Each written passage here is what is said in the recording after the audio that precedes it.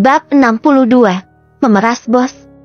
Damar mengeluarkan pisau lipat dan berkata, "Pak Agam, kamu sangat kejam. Apakah kamu mencoba menggunakan kekerasan karena kamu tidak mampu membayarku? Ayolah, aku akan menusukmu dengan pisau ini dan kamu akan berlumuran darah. Istrimu juga tidak akan bisa lolos. Tapi aku tidak akan begitu tega terhadap wanita cantik. Jadi aku akan menusuknya di tempat lain sebagai gantinya." Kata-katanya cabul dan keji. Di belakangnya, bawahannya tertawa. Kobra sudah datang. Saat Agam hendak menyerangnya, teriakan keras terdengar dari luar. Damar menjadi senang. Kobra sudah datang. Tamat riwayatmu. Agam berbalik dan melihat sekelompok dari belasan orang berjalan ke arahnya dengan tatapan arogan. Pemimpin kelompok itu adalah seorang pria berambut hijau dengan rahang tajam dan tubuh kurus. Dia mengenakan kemeja dengan gambar tengkorak dan 2 anting besar. Sambil mengunyah pinang, dia melangkah dengan sombong ke arah mereka dengan tatapan menyeramkan. Di belakang Kobra ada 2 orang yang Agam kenal, Ivan Wangsa dan Maya Maheswara. Ivan memelototi Agam dengan kebencian di matanya. Di sisi lain, Maya juga memandang Agam dengan hina. Agam sudah terlalu banyak mempermalukan Maya di reuni dan dia bertekad untuk mempermalukan Agam untuk membuatnya membayar semua itu. "Kobra, rokokmu." Damar berjalan dengan 2 batang rokok untuk menyanjung Kobra, tetapi Kobra malah menendangnya dengan sangat keras hingga dia terjatuh ke tanah. "Kenapa kamu menendangku? Bajingan, beraninya kamu membuatku menghisap rokok ini. Apa kamu merendahkanku?" Kobra mendengus dingin. Dia berjalan lebih jauh ke depan, menarik kursi dan duduk dengan menyilangkan kaki. Kemudian dia dengan mudah menyalakan sebatang rokok. "Maaf, aku tidak tahu." Damar buru-buru menampar dirinya sendiri 2 kali. "Hentikan omong kosongmu. Di mana orang itu?" tanya Kobra dengan tidak sabar sembari menahan rokok di mulutnya. "Kobra, itu orangnya." Damar menunjuk Agam. "Oh, kamu cantik." Kobra memperhatikan citra yang cantik dan memesona. Matanya pun berbinar. "Kobra, dia adalah istri Agam," kata Ivan, sengaja memperkenalkan mereka. Kobra bisa merasakan hatinya terbakar oleh keinginan, tapi dia menarik pandangannya dengan enggan dan malah menatap Agam. "Nak, apa kamu tahu kenapa aku ada di sini? Apakah kamu di sini untuk membuatku membayar utang?" Agam menyeringai. "Oh, kamu cukup pintar," jawab Kobra. "Setengah tahun yang lalu, perusahaan Gama meminjam 15 miliar rupiah dariku untuk menyelesaikan beberapa masalah dengan arus kas. Tenggat waktunya sudah habis sekarang. Ditambah dengan bunganya, perusahaan Gama sekarang berutang 16 miliar 600 juta rupiah kepadaku. Karena kamu pemilik perusahaan, kamu harus membayar uangnya. Aku sudah membawakanmu surat pinjaman dan kwitansinya.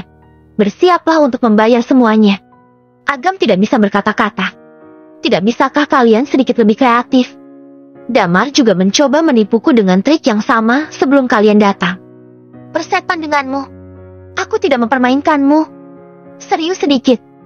Damar menunjuk Agam dan berkata, "Kobra berasal dari Forum Niaga 5 Danau. Beraninya kamu berbicara seperti itu kepada seseorang dari Forum Niaga 5 Danau. Apakah kamu sudah bosan hidup?" Kobra melihat ekspresi tenang Agam dan merasa tersinggung. "Bagaimana sekarang? Apakah kamu tidak yakin?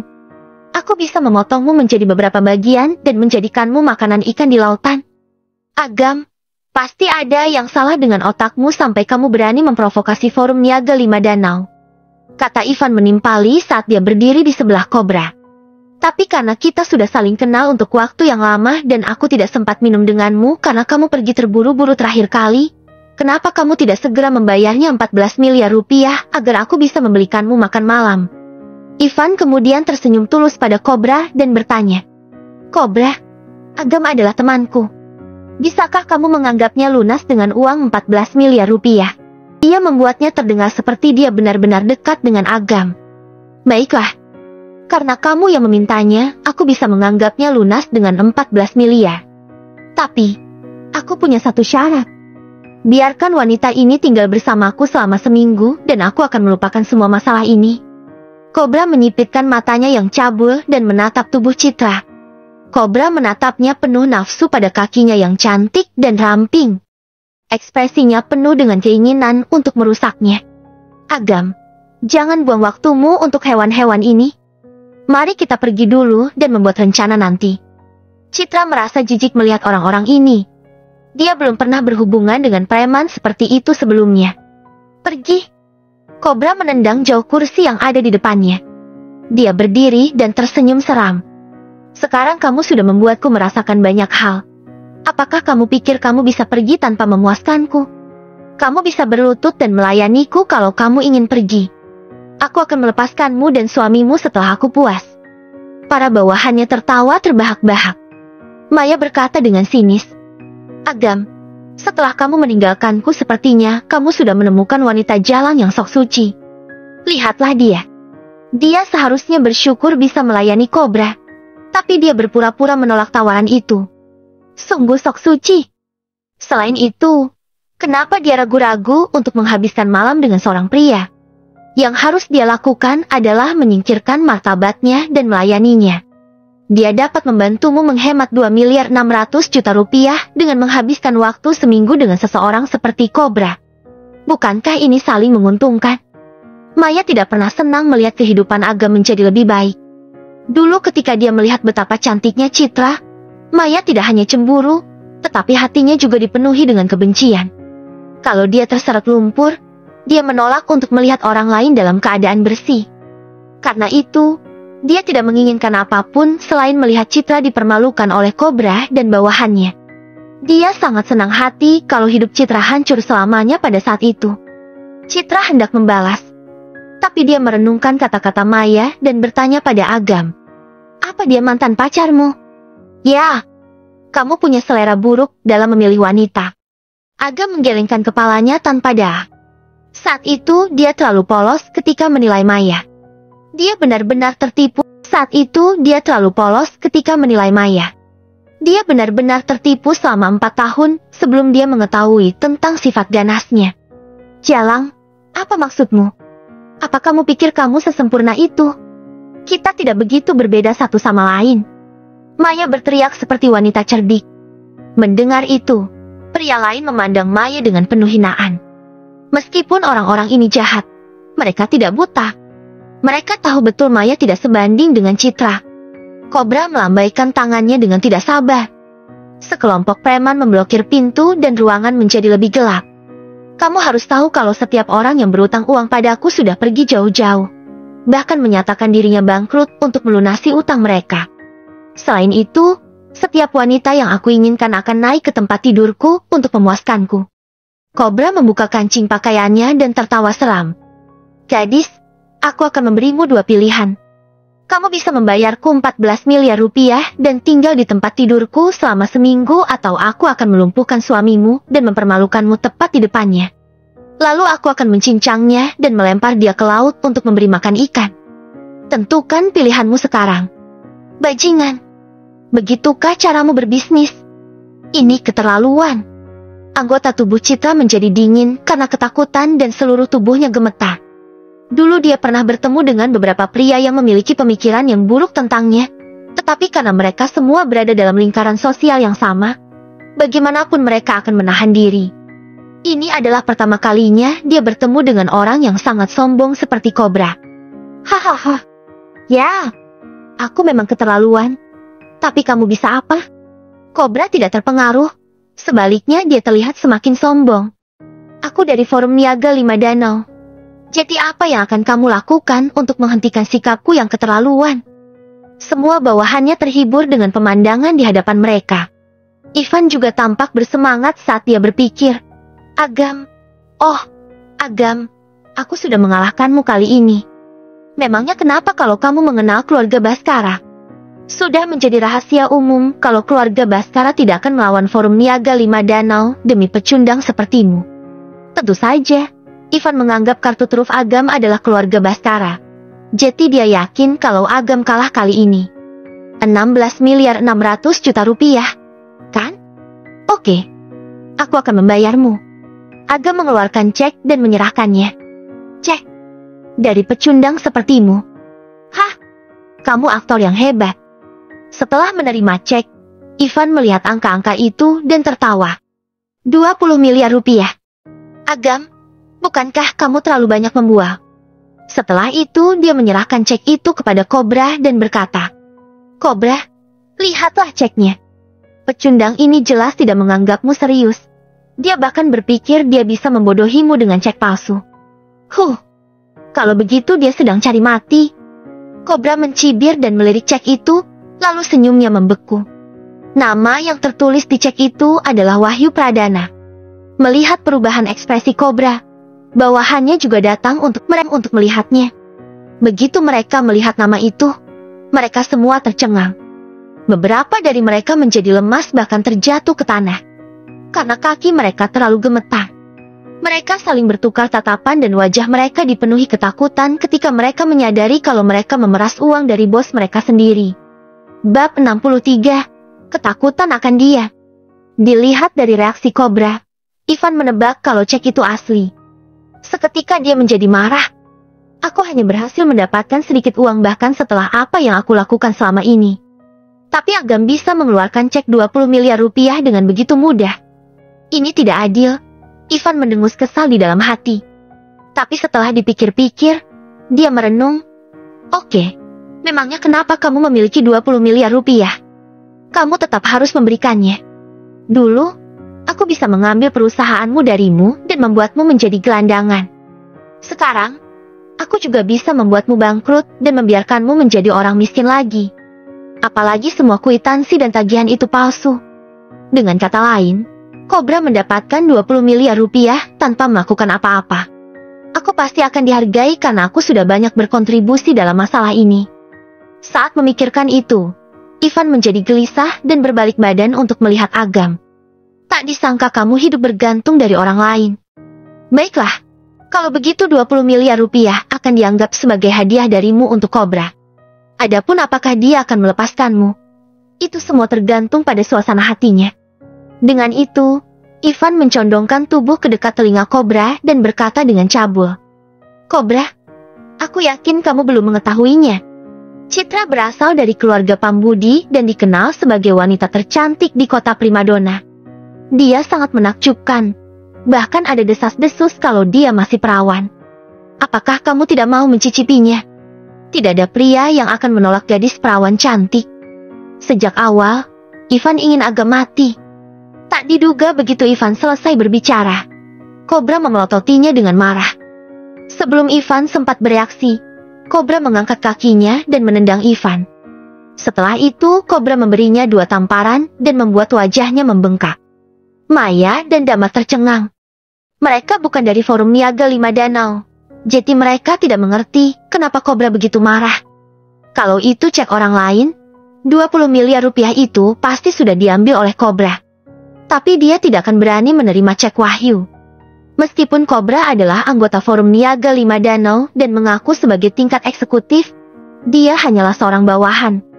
Karena dia bergabung dengan forum itu lebih awal, jadi dia berhasil memegang posisi resmi.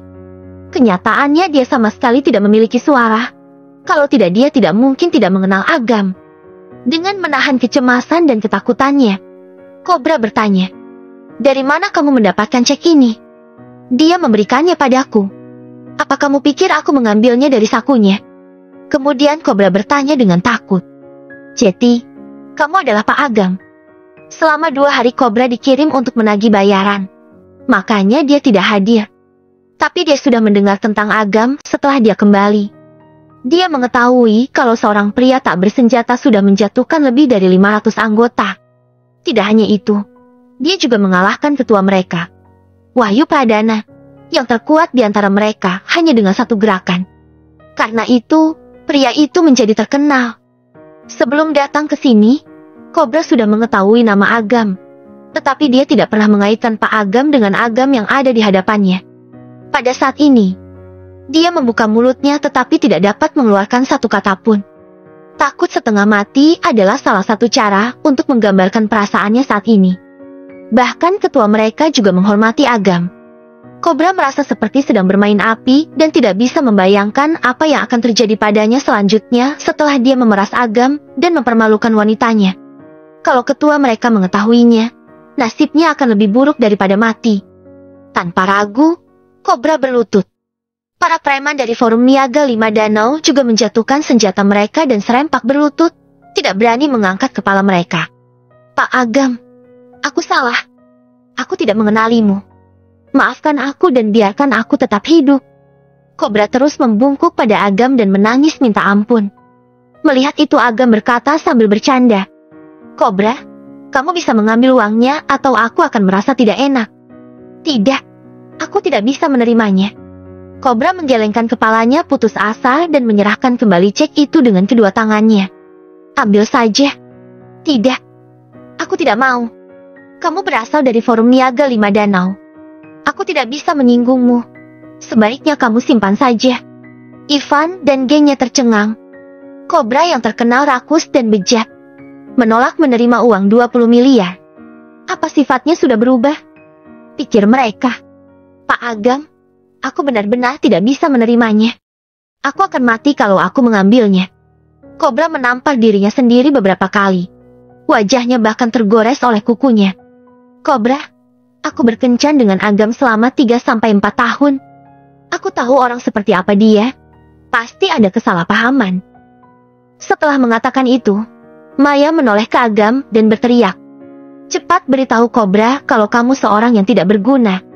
Kalau tidak, kamu akan mati ketika identitasmu terbongkar. Mendengar itu, Kobra semakin geram. Dia mengambil kursi dan menghantamkannya pada Maya. Pasangan tidak tahu malu ini sangat bodoh. Cepat atau lambat mereka pasti akan terbunuh, pikir Kobra. Setelah memukul wanita itu, Kobra merasa sedikit takut. Bagaimanapun tidak peduli seberapa jahat wanita itu. Dia adalah mantan pacar Agam. Tapi ketika dia berbalik dan melihat kalau Agam tetap tidak bereaksi, dia segera menjadi percaya diri dan meminta bawahannya untuk memukuli wanita itu.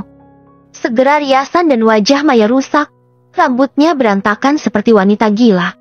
Ivan merasa kesal berkata, Kobra, aku sudah memberimu lebih dari setengah penghasilanku.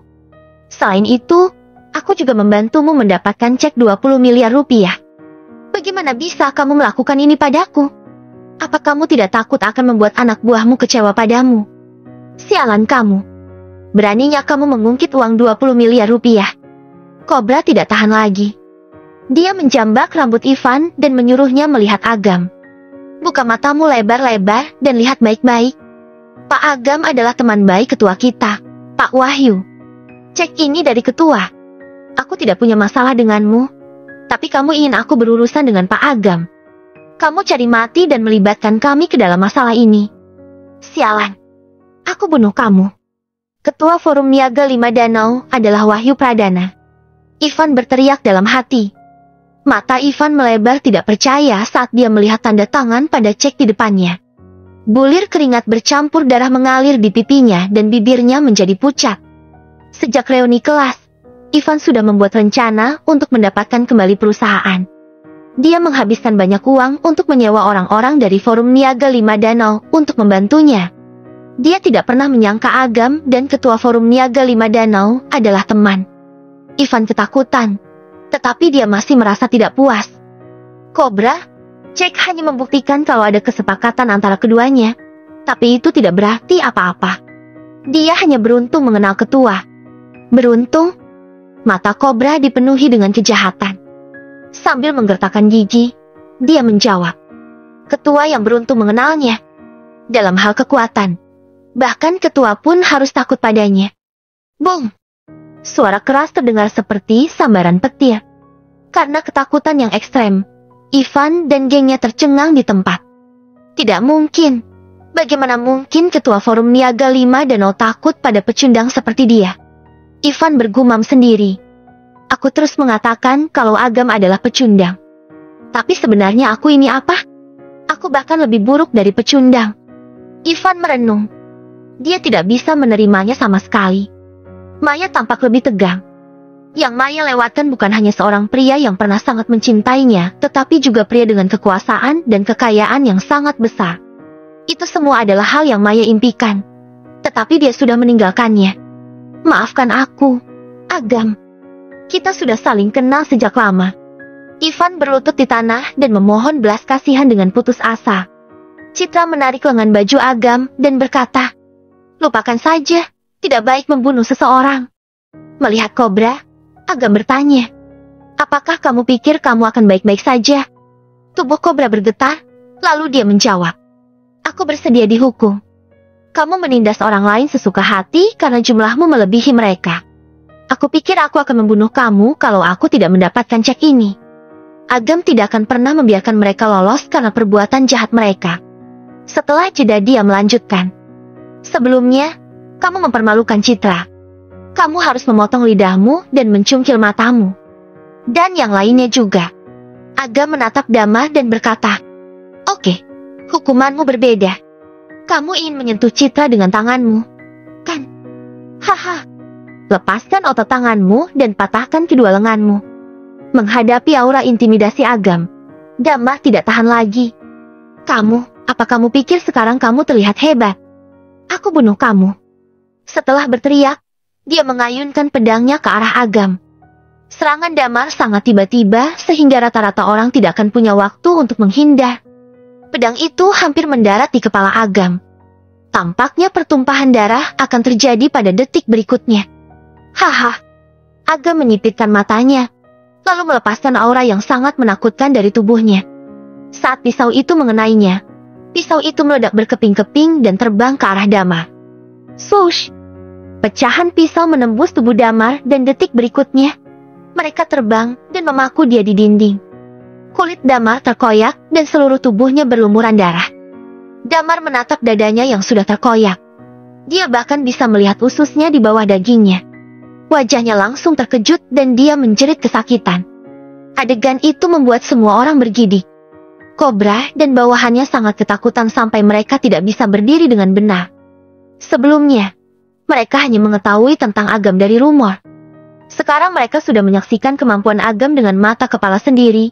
Dampaknya begitu luar biasa sehingga langsung menghancurkan sisa harapan mereka. Pandangan Citra terhalang, jadi dia tidak melihat bagaimana Damar terpental saat itu. Citra kemudian bergerak maju dan melihat Damar yang berlumuran darah, terpaku di dinding. Dia tidak tahan menontonnya dan berlari keluar untuk muntah. Begitu Citra pergi, Agam benar-benar menghilangkan niat membunuhnya. Ketika Agam melihat ke arah kobra, dia sangat takut sampai terjatuh ke tanah. Saat tatapan mereka melihat tatapan Agam, mereka seperti melihat malaikat maut. Kelopak mata kobra berkedut kencang. Tiba-tiba dia mengeluarkan belati dan menusuk matanya. Bab 64, Mengungkit Masa Lalu. Setengah menit kemudian, Agam keluar. Setelah diam-diam menghilangkan rasa mual Citra dengan kekuatan penguasa neraka, dia membantunya masuk ke dalam mobil dan pergi. Apa yang terjadi setelahnya? Citra tidak tahu apa yang sedang terjadi dan bertanya dengan mendesak. Mereka berkelahi dan mereka saling menyerang. Melihat situasinya berubah kacau, aku buru-buru pergi. Dia membuat kebohongan dengan santai. Bagaimanapun Citra tidak ada di sana, jadi dia bisa mengarang cerita. Apakah tidak akan ada masalah kalau kita pergi seperti ini? Citra khawatir pengadilan akan meminta pertanggungjawaban mereka setelah konflik berdarah itu. Jangan khawatir, mereka semua memiliki catatan kriminal. Mereka tidak akan pergi ke pengadilan. Agam tidak memberitahu Citra kalau dia sudah memberitahu Wahyu dan memintanya mengurus semuanya. Bahkan kalau seseorang pergi ke pengadilan, mereka tidak akan pernah tahu tentang Agam. Tak perlu dikatakan, dia sudah membuang banyak waktu menghibur Wahyu dan di tengah jalan dia ketakutan setengah mati. Bagaimana kamu mendapatkan cek itu? Dan bagaimana kamu mengenal Wahyu Pradana? Apa yang Wahyu inginkan darimu terakhir kali? Citra membungkuk dan memelototinya seolah ingin membaca pikirannya. Agam meliriknya, kemudian dia menyadari kalau pakaian off the shoulder-nya memperlihatkan bagian tubuhnya. Agam melihat kalau Citra sangat menawan. Aku sedang menyetir sekarang, bisakah kita bicarakan nanti? Agam sudah tidak tahan, karena istrinya terlalu menggoda. Tidak, kamu harus mengatakannya sekarang. Citra tidak menyadari bagian tubuhnya yang terlihat dan terus mendesak untuk mendapatkan jawaban. Oke, aku akan memberitahumu. Agam menghela napas. Dia tidak punya pilihan selain memberitahunya karena Citra tidak mengerti. Dia mengemudikan mobil perlahan dan berkata, keluarga Baskara berterima kasih kepadaku karena sudah menyembuhkan Pak Harsa terakhir kali.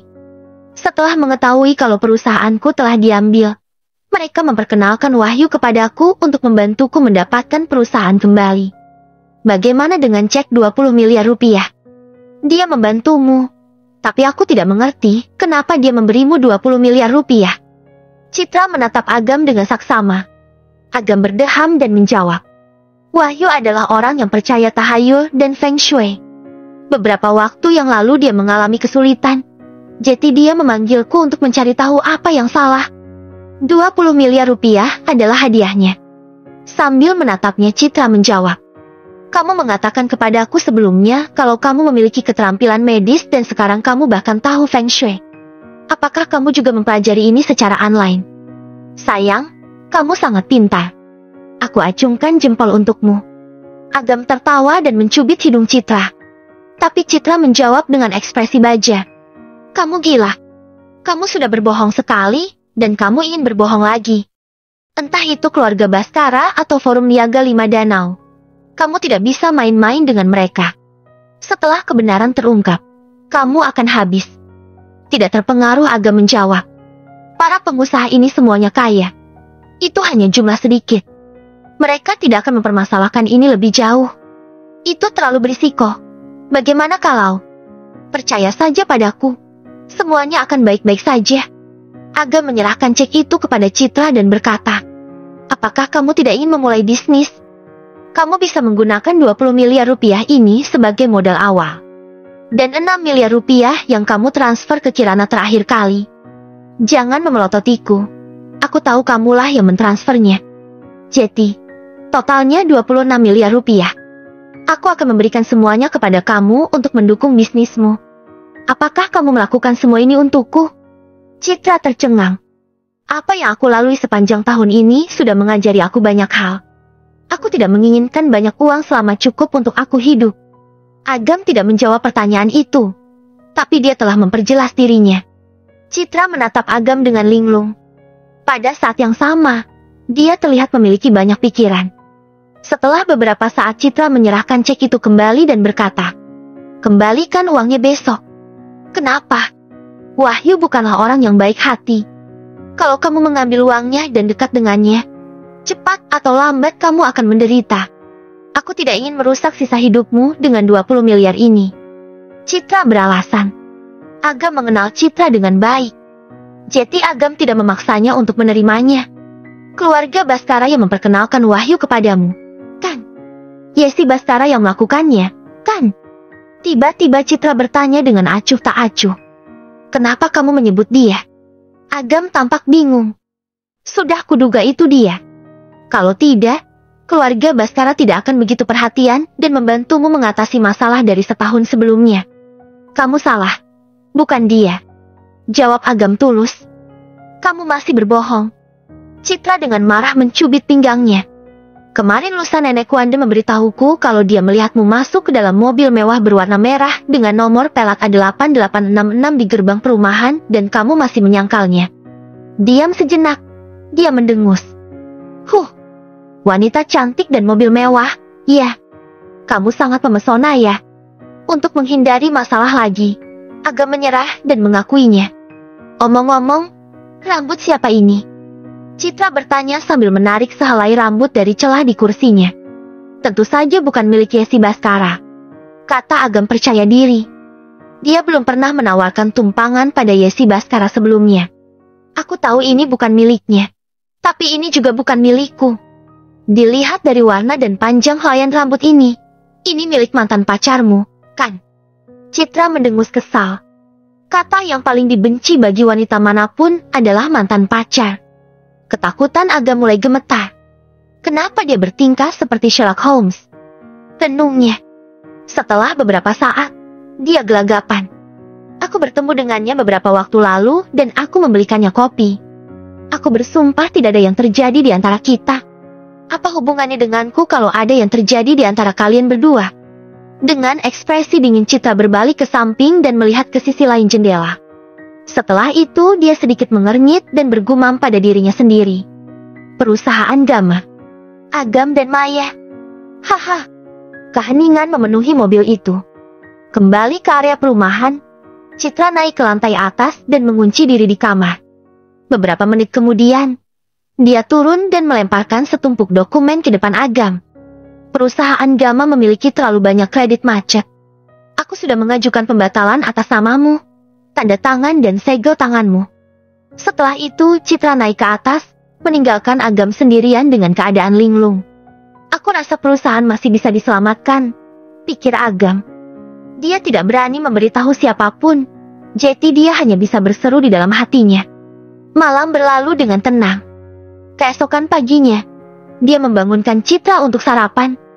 Citra masih merajuk dan tidak memedulikan Agam saat makan. Setelah sarapan, Citra menjawab panggilan telepon. Bu Citra, kenapa kamu meninggalkan Eva Decor? Apa yang terjadi? Suara cemas seorang pria terdengar dari ujung telepon. Dari suaranya dia terdengar mudah dan menarik. Kemungkinan besar dia adalah pria tampan. Tenang, itu hanya penyebaran karyawan biasa. Pak Ketua, Jaya Pambudi, berpengalaman dan memiliki kemampuan luar biasa. Dia akan membuatmu ke tingkatan yang baru, semoga berhasil. Bu Citra, apa yang kamu bicarakan? Kita sudah bekerja sama selama bertahun-tahun, bagaimana bisa kita berpisah? Kalau kamu pergi, aku juga akan berhenti. Omong kosong. Kamu dan Siska adalah kekuatan utama perusahaan. Bagaimana dengan yang lainnya kalau kamu pergi? Citra cukup merasa marah. Dia masih terikat secara emosional dengan karyawan lama sejak dia memulai bisnisnya. Kalau begitu kami akan mengundurkan diri secara kolektif dan bekerja denganmu. Citra bisa mendengar yang lainnya samar-samar menjawab serempak. Aku ingin mengambil cuti beberapa hari. Mari kita bicarakan ini nanti. Jawab Citra dengan rasa terbebani. Pria itu terdiam beberapa saat sebelum suaranya yang lembut kembali terdengar. Bu Citra, Eva Decor tidak bisa hidup tanpamu. Apalagi aku. Kalau tidak, hidupku akan menjadi tidak berarti. Aku akan menunggu balasanmu. Apa? Agam berkomentar dalam hati. Dia mengangkat alisnya dan berpikir, datang lagi seseorang mencari masalah. Setelah Citra menutup telepon, Agam meminum susu kedelai dan bertanya dengan santai. Apakah dia seorang pria? Seorang wanita. Sial. Kamu berbohong padaku. Kalau sudah mengetahuinya, kenapa kamu masih bertanya? Citra memutar matanya dan terlihat sedikit sombong. Agam terbatuk karena tersedak susu kedelai. Ketika Citra melihat ekspresi pahit Agam, Citra mendengus dan berkata, namanya Irwan Hadiwijaya. Dia adalah teman sekelasku di universitas. Dia sudah banyak membantuku di tahap awal bisnisku dan dia bekerja sebagai manajer umum di Eva Decor dengan seorang gadis bernama Siska. Teman sekelas di universitas. Apa dia sahabat atau mantan pacarmu? Setelah berbicara, dia dengan cepat melambaikan tangannya dan melanjutkan. Jangan salah paham, aku bukan orang yang picik. Hal yang wajar bagi seseorang jatuh cinta di universitas, aku hanya bertanya saja.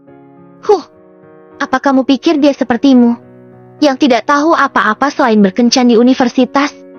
Aku harus mempelajari 8 bahasa asing dan 12 mata pelajaran manajemen ekonomi. Aku sama sekali tidak punya waktu untuk berkencan. Semakin Citra mengatakannya, semakin marah dia. Kemudian dia menginjak kaki Agam. Agam mengertakkan giginya karena kesakitan. Enggak, sepertinya suasana hatinya sedang bagus. Saat itu Jaya Pambudi menelepon. Citra ragu-ragu sejenak sebelum menjawabnya. Haha, Citra, kuharap aku tidak mengganggumu.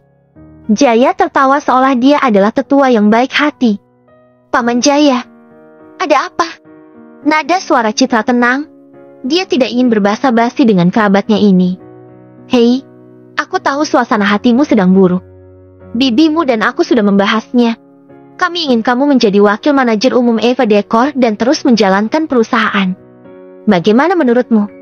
Bab 65. Krisis keluarga Pambudi. Paman Jaya, aku tidak ingin mengelola Eva Decor lagi.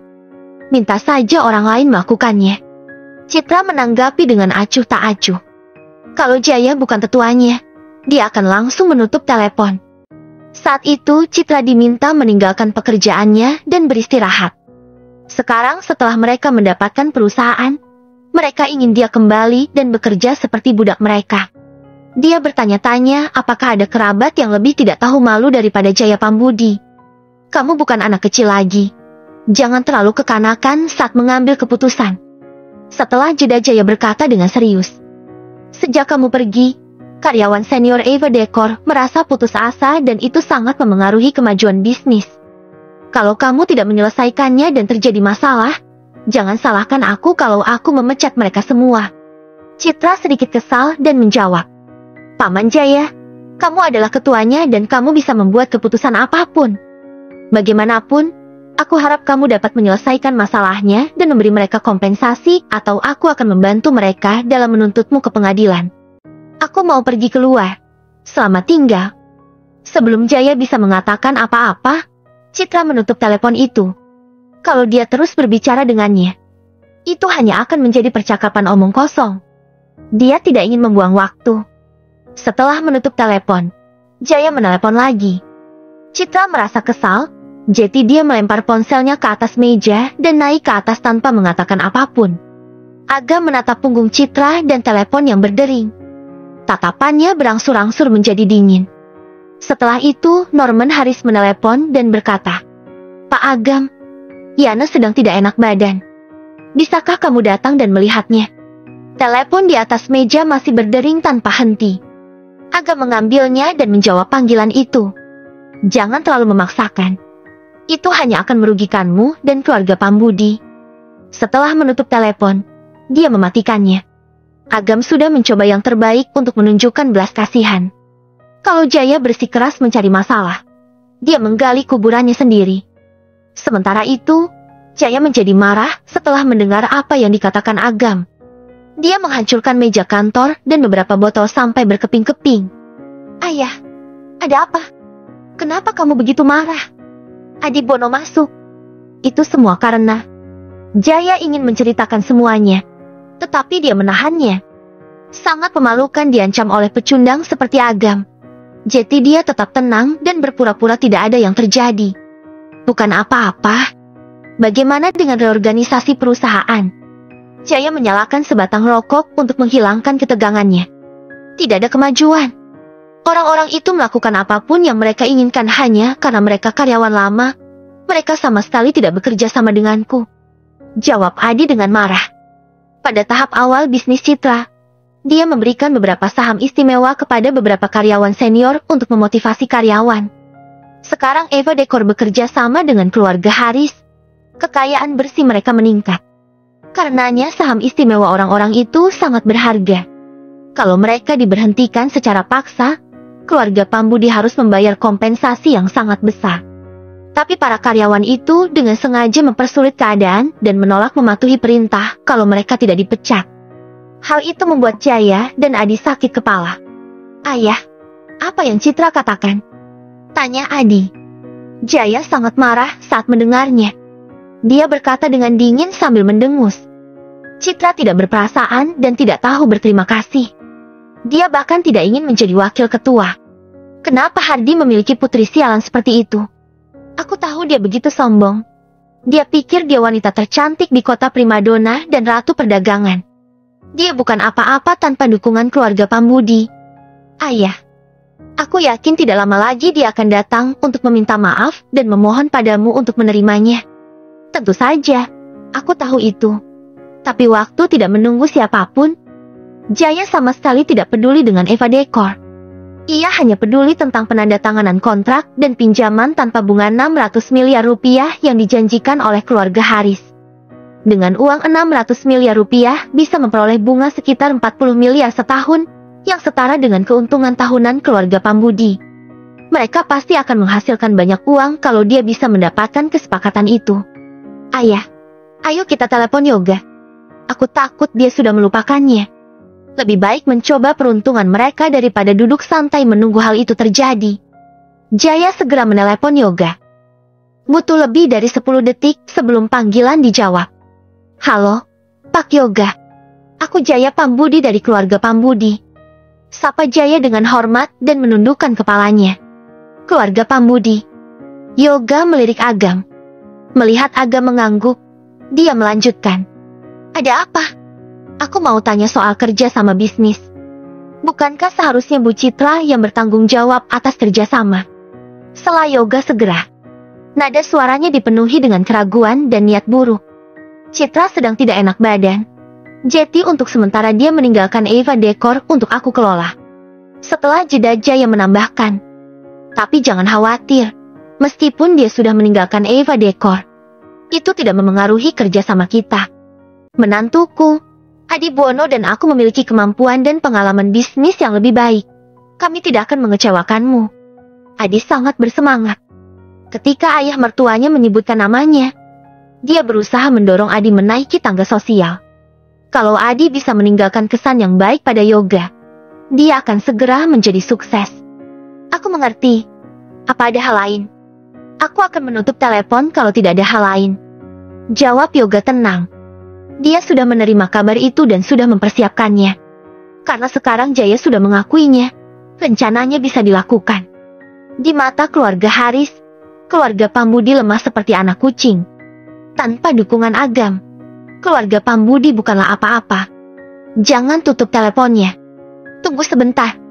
Jaya merasa tidak percaya diri saat mendengar suara dingin Yoga. Dia buru-buru berkata, "Kapan kamu bisa memberi kami 600 miliar rupiah yang kamu janjikan terakhir kali? Jangan salah paham. Aku tidak serahkan uangmu. Tetapi aku tidak sabar untuk menunjukkan keahlianku dan memberikan manfaat besar untukmu dan keluarga Pambudi. Aku lupa. Sekarang, setelah kamu menyebutkannya." Setelah mendengar itu, Jaya dan Adi menjadi sangat gembira. Mereka pikir mereka akan segera mendapatkan uangnya. Untuk sekarang kalian harus melupakan hal ini, bagaimanapun itu 600 miliar rupiah. Aku khawatir itu akan memakan waktu cukup lama. Jantung Jaya berdegup kencang. Dia buru-buru bertanya, "Kenapa? Bukankah kita sudah sepakat selama kita menandatangani kontrak? Uang itu akan ditransfer? Apa? Apakah kamu meragukanku?" Yoga bertanya dengan suara dingin.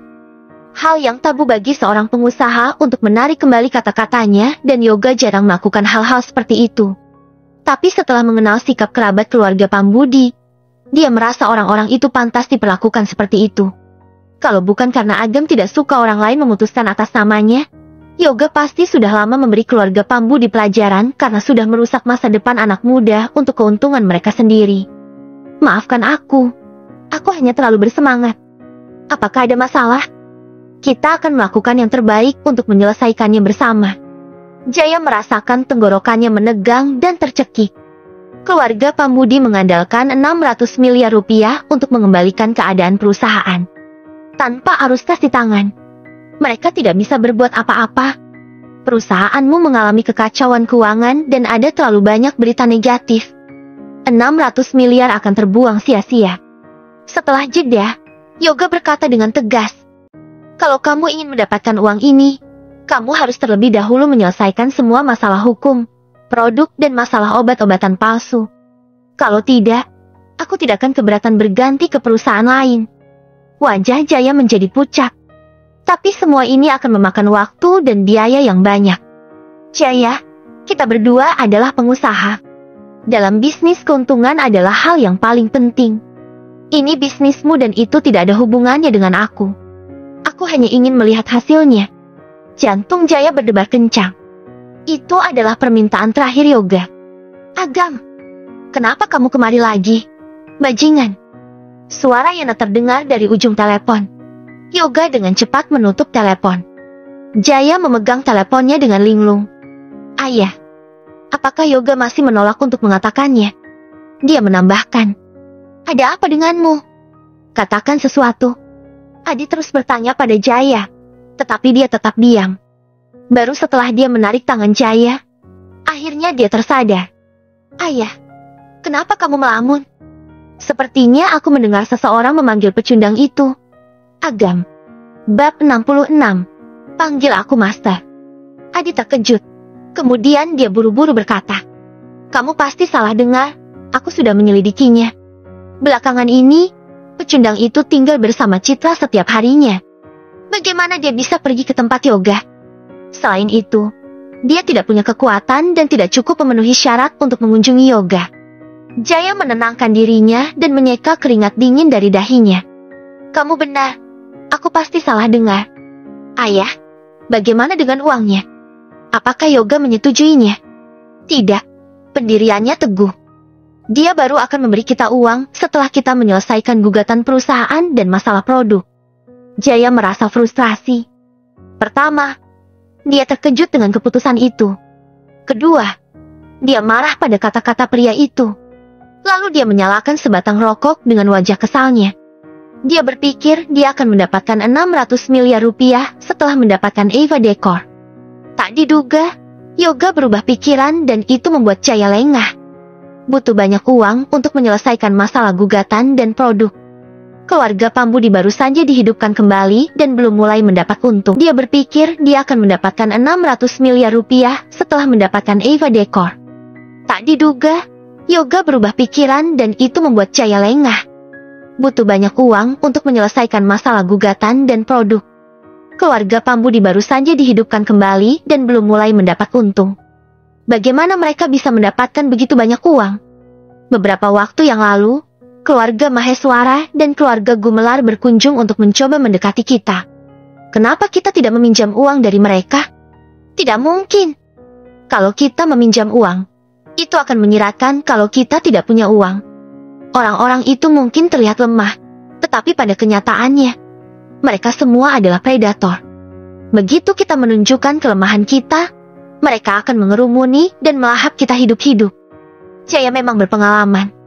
Jelas kalau banyak orang iri ketika mereka menandatangani kontrak dengan keluarga Haris. Begitu ada kesempatan, orang-orang itu pasti tidak akan berhati lembut. Kalau kita tidak bisa meminjam uang, satu-satunya cara adalah menjual aset kita. Adi menelan ludah. Ada ekspresi terbeban di wajahnya. Dia awalnya ingin mengambil 600 miliar rupiah secara cuma-cuma. Tak diduga, mereka harus mengeluarkan uang dalam jumlah besar. Apa gunanya memiliki Eva Decor kalau mereka tidak bisa mendapatkan 600 miliar rupiah dari keluarga Haris? Ikutlah denganku. Ayo kita temui nenekmu dan adakan pertemuan keluarga. Berhenti sejenak, Jaya melanjutkan. Banyak aset yang ditinggalkan oleh leluhur kita. Bahkan kalau kita ingin menjual aset, kita harus mendapatkan persetujuan mereka. Baik. Aku akan pergi mengambil mobil dulu. Adi bergegas turun. Jaya melihat ponselnya dan mencoba menelepon Citra beberapa kali. Selama Citra mau turun tangan, semua masalah akan terselesaikan. Tapi ketika Jaya mengingat betapa bahagianya dia ketika mendapatkan perusahaan itu, dia merasa itu akan menjadi tamparan di wajahnya kalau dia memohon pada Citra lagi. Dalam hal ini, dia akan kehilangan kekuasaannya dalam keluarga Pambudi. Dia mencoba untuk mempersulit orang lain, tetapi akhirnya mendorong dirinya ke jalan buntu. Saat memikirkan itu, Jaya memaki dan menghancurkan ponselnya ke tanah. Citra, dasar wanita sialan. Banyak orang mengingatmu. Jangan mempersulitku. Jaya mengeluarkan kertas dari saku bagian dalamnya. Ada nomor asing tertulis di atasnya. Senyum di wajahnya perlahan-lahan berputar dan menjadi ganas. Yana baru saja kembali ke kediaman Haris setelah bermain tenis. Dia mengenakan topi baseball, kaos olahraga putih dan rok mini biru. Pahanya yang terlihat mulus dan ramping. Mereka tampak seperti karya seni yang sempurna.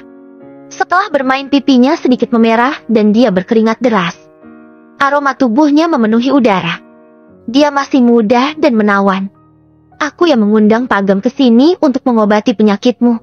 Jangan bersikap kasar. Kau tegur Norman. Setelah ditegur, Yana duduk di sofa dengan marah.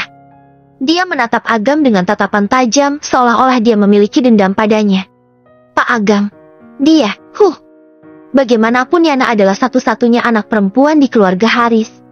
Bahkan Norman bisa melakukan apa-apa. Sambil tersenyum Agam menjawab. Tidak apa-apa. Ini bukan pertama kalinya aku melihat Nona Yana.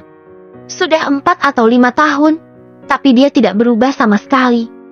Setelah itu, Agam melirik Yana dengan senyum penuh hati. Karena terkejut Yana melihat ke bawah. Tak lama kemudian, dia melompat dan berteriak. Apa maksud perkataanmu? Apa maksudmu tubuhku kecil?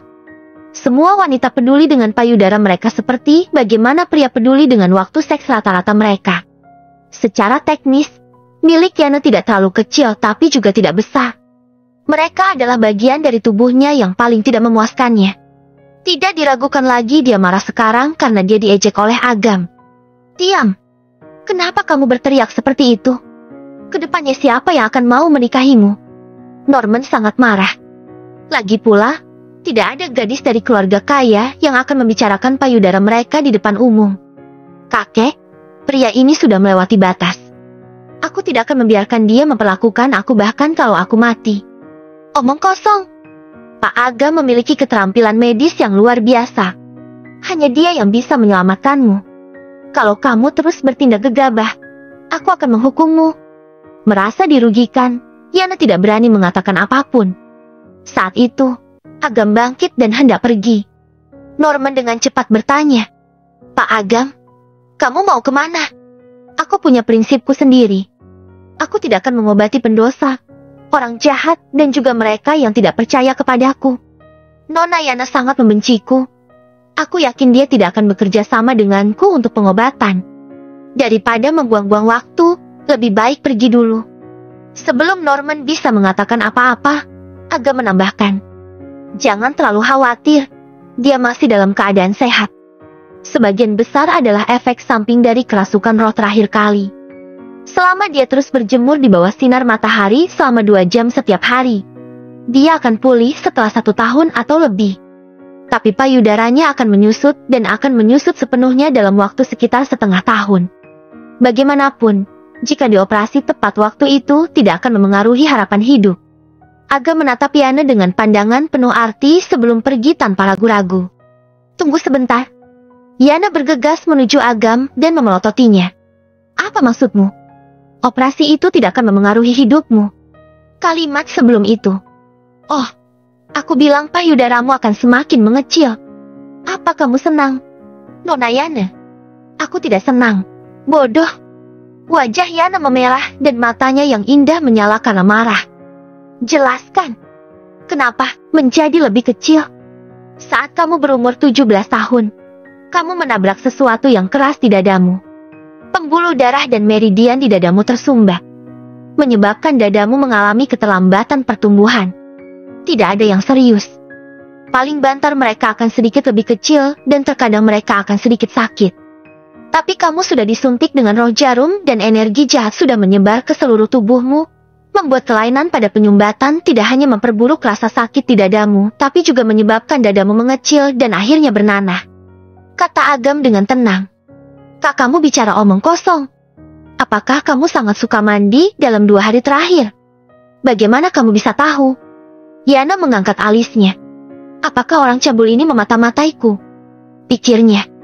Jangan berpikir yang tidak-tidak. Aku tidak tertarik padamu. Agam memutar matanya ke arahnya dan menambahkan dengan tenang. Mandi bisa menghilangkan rasa sakit di dadamu.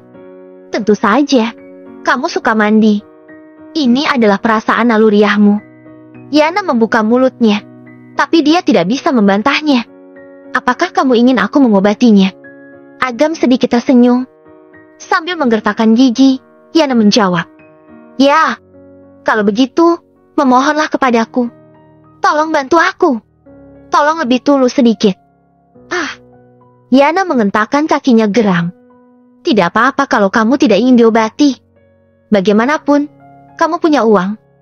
Potong saja dan pergi ke Koreana untuk mendapatkan 2 dada yang lebih besar. Setelah jeda, dia melanjutkan. Setelah menikah, kamu juga dapat meminta beberapa pengasuh untuk bergantian menyusui bayimu, sehingga anak-anakmu tidak akan kelaparan di masa depan. Tanpa menoleh ke belakang, Agam keluar dari ruangan. Hei, panggil Yana. Tapi Agam tidak berbalik. Aku mohon padamu, tolong obati aku. Akhirnya Yana berkompromi. Panggil aku Master. Sial. Aku tidak memintamu untuk memakiku. Panggil aku Master. Kata Agam dengan nada serius. Agam memutuskan untuk memberi gadis ini pelajaran atau Yana tidak akan bisa membedakan mana yang baik dan buruk. Hasan yang baru saja datang dan Yoga ingin mengatakan sesuatu tetapi dihentikan oleh Norman. Bukan ide yang baik untuk ikut campur dalam masalah antara kedua anak muda itu. Kamu membuatku kesal. Master! Master! Master! Apa kamu sudah puas? Yana marah. Dia pemalu dan takut sakit. Jadi dia hanya bisa berkompromi daripada memotongnya di masa depan. Sikapmu terlalu buruk, tapi bagaimanapun kamu sudah memenuhi standar minimum. Hentikan omong kosongmu. Cepat obati aku.